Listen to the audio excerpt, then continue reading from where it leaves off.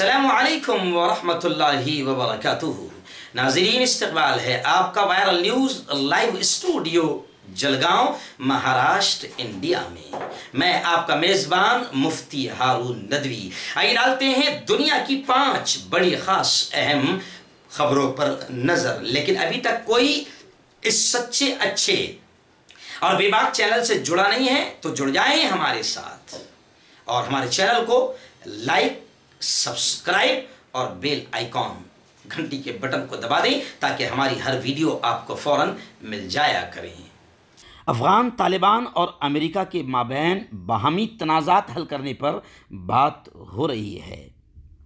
قطر میں امریکہ اور افغان طالبان میں جاری بات چیت میں 2 دن کا وقفہ آج ختم ہو جائے گا اور دونوں فریق آج سے پھر مذاکرات شروع کریں گے۔ دونوں فریق کا ماننا ہے کہ بات چیت میں مثبت پیش رفت ہو رہی ہے اور ایک اچھے نتیجے کی جانب مذاکرات گامزن ہیں۔ اس کے ساتھ افغان طالبان کا کہنا ہے کہ امریکہ کے ساتھ جاری ان کے مذاکرات میں افغانستان میں جنگ بندی پر بات نہیں ہو رہی ہے۔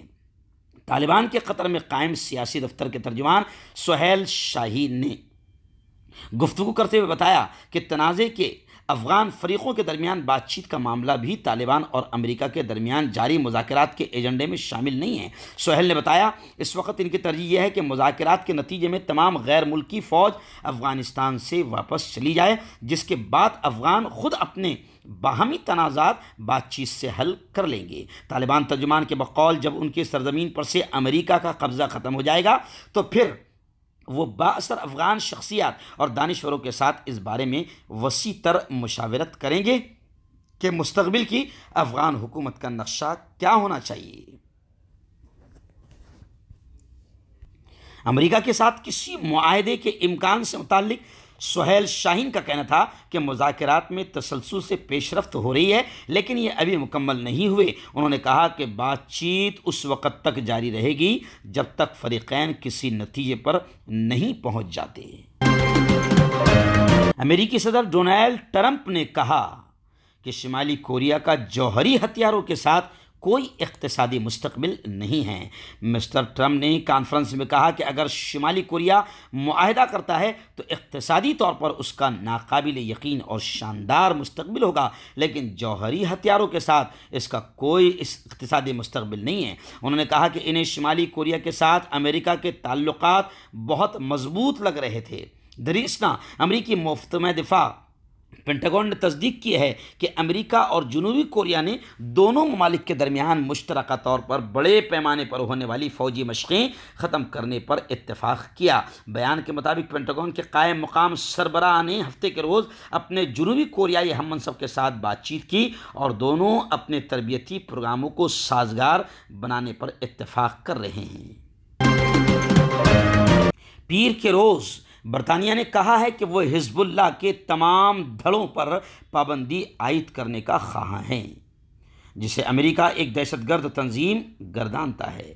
چونکہ مشرق وسطیٰ کے عدم استحکام میں اس کا کردار رہا ہے، حزب اللہ کو دہشت گرد تنظیموں کی فہرست میں شامل کرنے کے فیصلے پر ایران نے برطانیہ پر سخت نکتہ چینی کی۔ ایران نے کہا کہ برطانیہ نے لبنانی عوام کے ایک بڑے طبقے کے جذبات کی پرواہ نہیں کی۔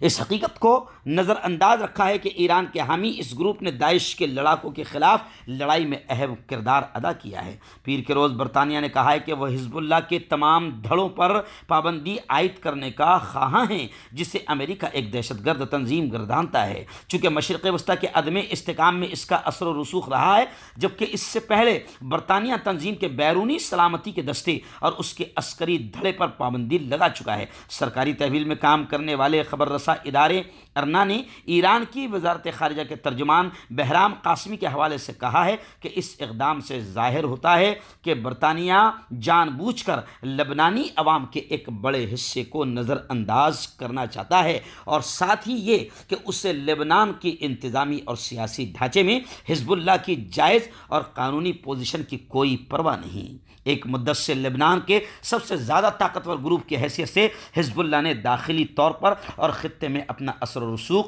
ٹھوس بنایا ہے۔ یہ ملک کی 30 وزارتوں میں سے 3 پر براجمان ہے، جس حکومت کی سربراہی مغرب کے حمایت یافتہ وزیر اعظم سعد الحریری کرتے ہیں۔ حزب اللہ آج بہت مضبوط ہے۔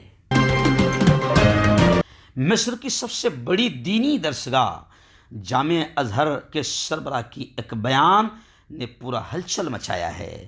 شیخ ازہر نے کہا کہ ایک مرد کی زیادہ شادیاں عورت پر ظلم ہیں۔ صالح ازدواجی زندگی کی بنیاد مال اور عہدے کے ساتھ نہیں بلکہ دین کے ساتھ وابستگی میں ہے۔ دین ہی ازدواجی زندگی کو درست ٹریک پر رکھنے میں مدد دیتا ہے۔ مصر کی سب سے بڑی دینی درسگاہ جامع ازہر کے سربراہ کی طرف سے جاری ہونے والے اس بیان کے باعث مذہبی اور سماجی حلقوں میں ایک نئی بحث چھڑ گئی ہے۔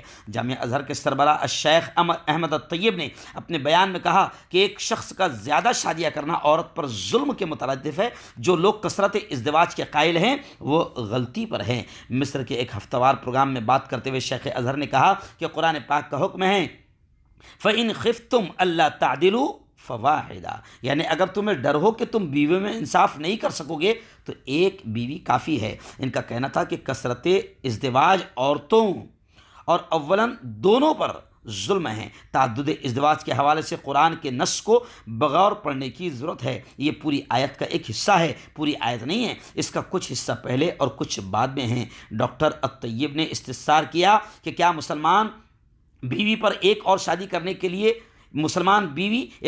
کرنے کے لیے آزاد ہے یا یہ آزادی سخت شرائط میں مقید ہے؟